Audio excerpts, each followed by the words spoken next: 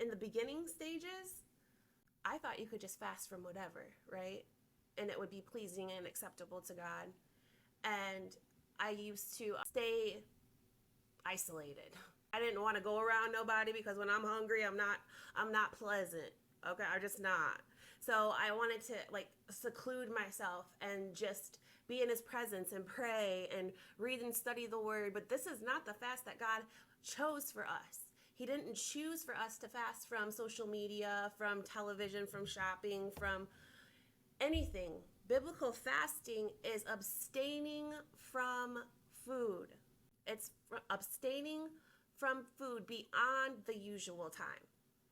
Beyond it. I tell people who just get started with fasting, start with skipping a meal because this is not easy, especially when you decide in your mind and in your heart that you're going to do this for God. You're going to sacrifice your sustenance to get spiritual sustenance. It is a mind over matter, gut over matter. I mean, your whole body, your whole flesh is just crying out like, feed me, Seymour. It's like, no, we need that food. So it's abstaining from food beyond the usual time. It's to omit to take usual meals for a time as to fast a day or a week.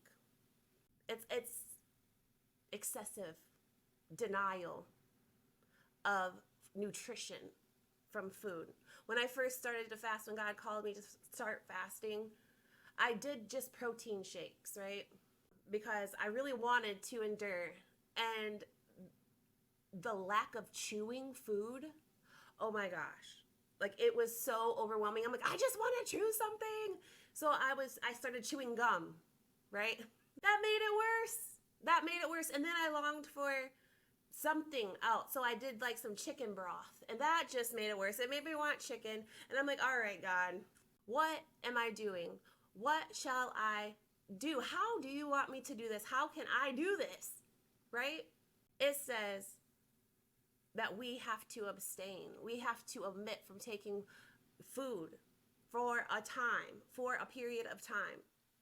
Isaiah 58 says, cry aloud, spare not, lift up your voice like a trumpet. Tell my people their transgression and the house of Jacob their sins. So when we are fasting, brothers and sisters, God said to me, I don't want you to be silent. I need your voice to be loud like a trumpet. I said loud like a trumpet. I already got a big mouth. You need it to be bigger. You need it to be louder. You know what I'm saying? He said like a trumpet. He said cry aloud, spare not. So I looked that up. And it says from your neck. Cry aloud from your neck, from your throat. It's got to be like that deep, business cry, right? While you're fasting. While you are suffering physically from the lack of food, we are to be crying aloud from our neck like a trumpet, withholding nothing back because it says spare not. Don't spare nothing. Don't withhold nothing.